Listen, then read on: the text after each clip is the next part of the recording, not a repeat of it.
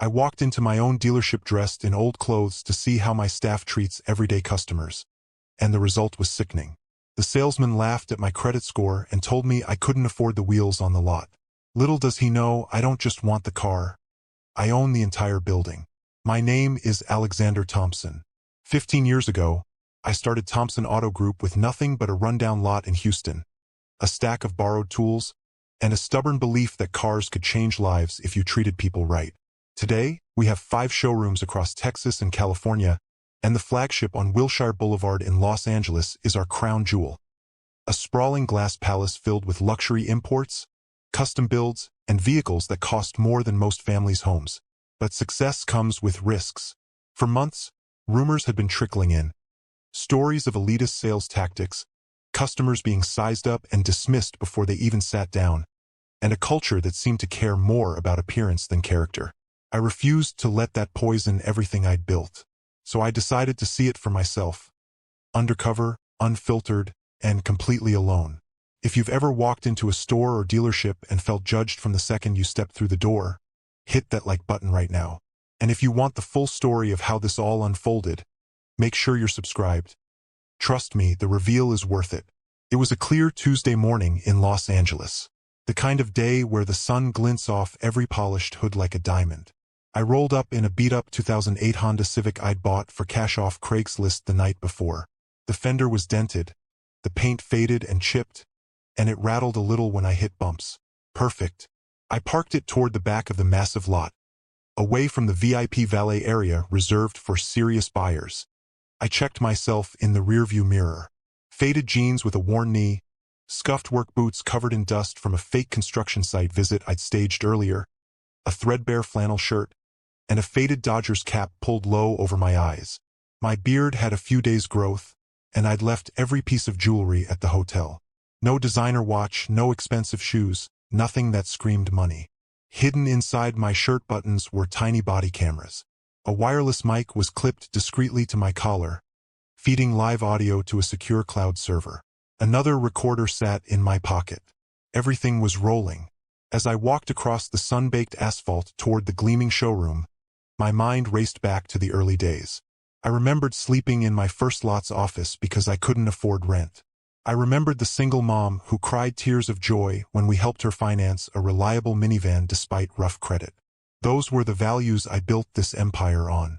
But lately, quarterly reports showed dipping satisfaction scores, especially from everyday folks, teachers, nurses, young families, working-class dreamers. Online reviews mentioned snobby attitudes and credit shaming. I needed the raw truth, no corporate filters.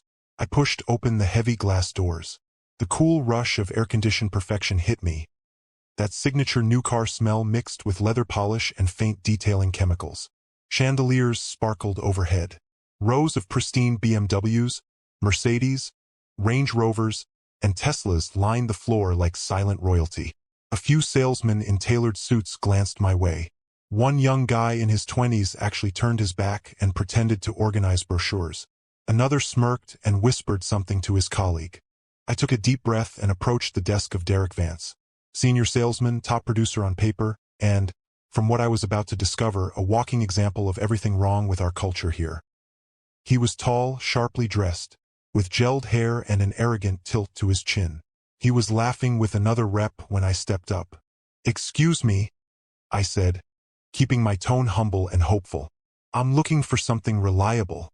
Maybe a modest sedan, nothing fancy. I saw a few Civics and Corollas listed online. Something under 20,000 if we can make the numbers work." Derek slowly looked me up and down, his eyes narrowing with clear disdain. He didn't even bother standing up straight. "Modest. Sedan. Buddy, you sure you wandered into the right dealership? This is premium territory. We deal in real vehicles here, not whatever that rust bucket is you parked out back."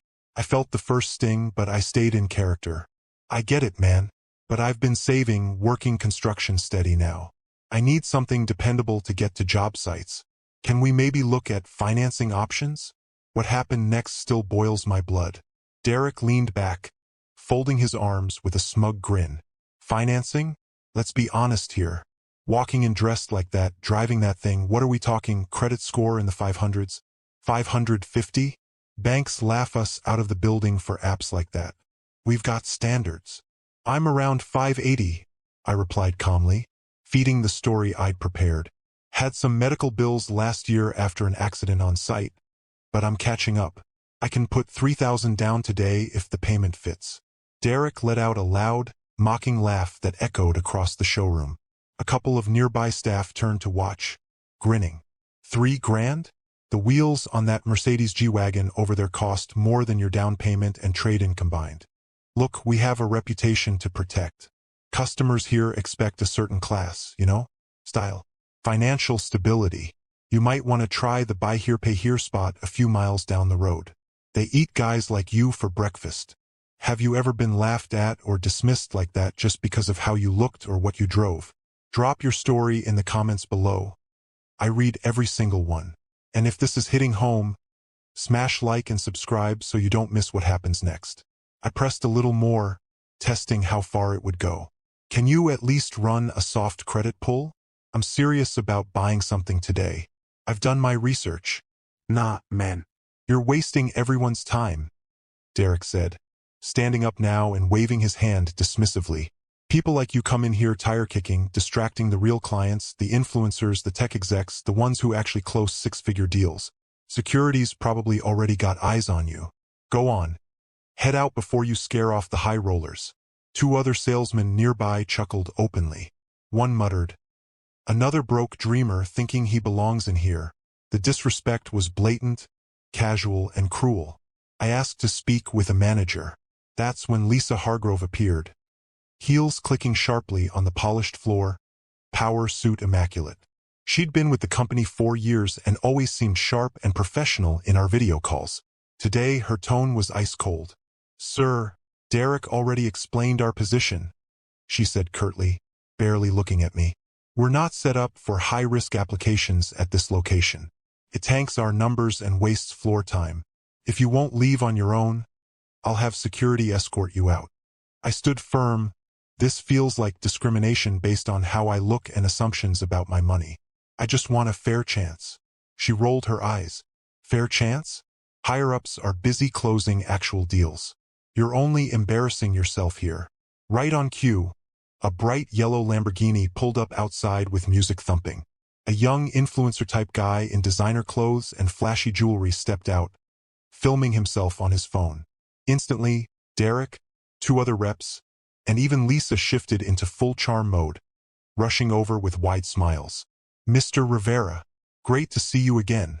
Ready to talk about that custom wrap upgrade?" I stood there watching as they fawned over him, laughing and joking about that dusty guy we just turned away, while rolling out the full red carpet treatment.